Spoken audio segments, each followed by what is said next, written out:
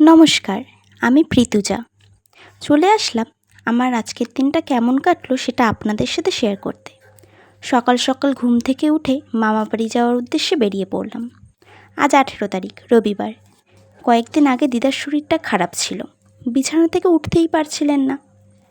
আর এখন শুনলাম দিদা হেঁটে বেড়াচ্ছে, বেশ ভালো খবর।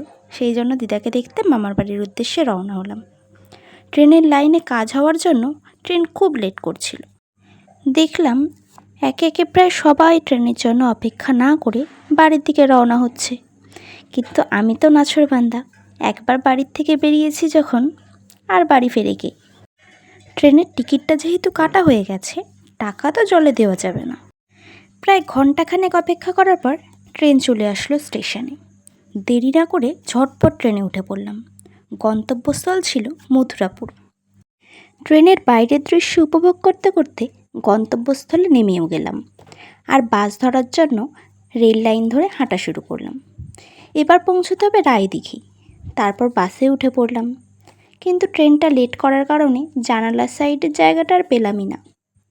যাই হোক, 1 ঘন্টা বাস জার্নিতে নামার 15 মিনিট আগে জানালার সিটটা পেয়ে গেলাম। তারপর ঝটপট কয়েকটা ভিডিও করে নেমে পড়লাম রায়দিঘি। আর প্রতিবার মামার বাড়ি আসলে এই মিষ্টি দোকান থেকে পেটাই পরোটা না খেয়ে কিছুতেই যাই না। দোকানের কাকিমা আমি দোকানে ঢুকলেই আমার পরোটা অর্ডার করার আগেই বলে দেন, জানি পেটাই পরোটার সাথে আলুর তরকারি, তাই তো? আসলে যখনই আসি এই দোকানের আলুর তরকারিটা আমার এত ভালো লাগে যে আলুর তরকারি ছাড়া কিছুই ভালো লাগে না খেতে। এই যে দেখো কত রকমের মিষ্টি, খাই না বলে নামগুলোও আমি জানি না। আর এই দেখো লাল লাল আলুর তরকারি, এটা খেতে যে এত সুন্দর সেটা তোমরা না খেলে ভাবতেও পারবে না। যদিও কালার দেখে বেশ আন্দাজ করাই যায়।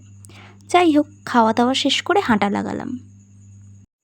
এটা হচ্ছে রায়দিঘির ব্রিজ। এই ব্রিজটা শেষ করলেই ওই পারে আমার মামার বাড়ি। এই যে ডান সাইডের নদীপথটা চলে গেছে, এখান থেকে ভটভটি করে বেশ কয়েক ঘন্টা জার্নিতে সুন্দরবন যাওয়া যায়।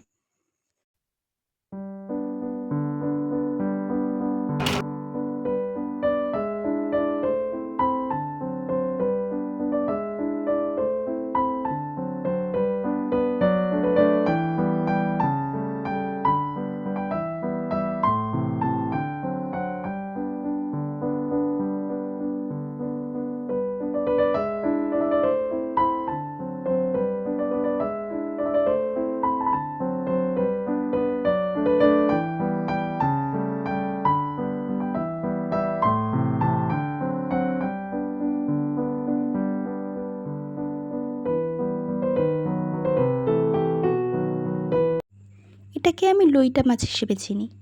তোমরা কে কী নামে চেনো এই মাছকে কমেন্ট করে বলতে পারো। মামা ফিশারি থেকে ছোট চিংড়ি আর কাঁকড়া ধরেছিল। রান্না বেশ অনেক কিছুই হয়েছিল, কিন্তু সেইগুলো আর ভিডিও করা হয়নি। খাওয়া দাওয়া শেষ না হতেই আকাশটা বেশ কালো হয়ে এলো। বৃষ্টিও নামলো খানিক পরে।